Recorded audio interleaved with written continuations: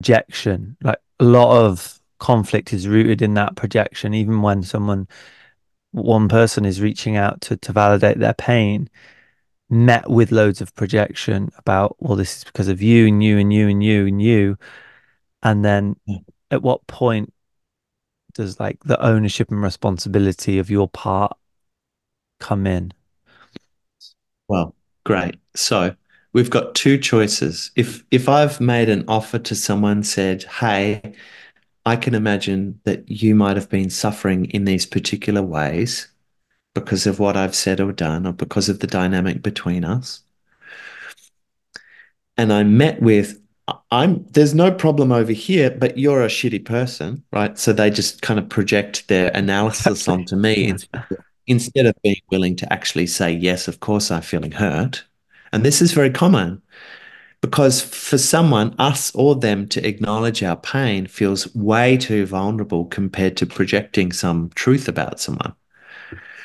For me to call someone an asshole is a lot safer than for me to say, hey, I felt sad and unimportant when you did that thing. That's much more Mm, vulnerable. So absolutely. when the vulnerability is too much for them and they would prefer to remain in analysis, then we've got two choices. One, we make them wrong for doing that and we just escalate the conflict. We're just like, well, screw you. I've tried. I've been all conscious It's, of my communication. I'm right and you're wrong. So we just back in conflict mode. And that's fine. Most of the world's doing that. But if we want to be more masterful, we have to take their projection and translate it because their projection is just an unskillful expression of some pain and longing. And if we really are committed to leading repair, then let's be the one to translate. I mean, plenty of people could say at this point, that seems like overreach, like yeah. too much emotional labor.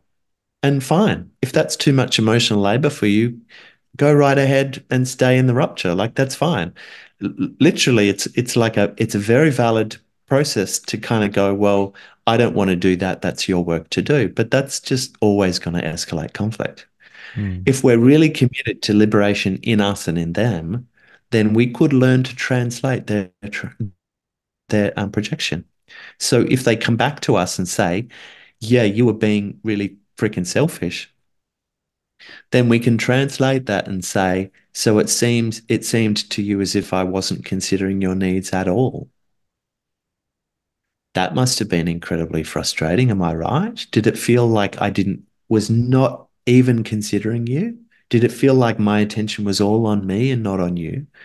See how I'm coming back with an offer and an invitation that lies underneath what the analysis they've just served up. mm.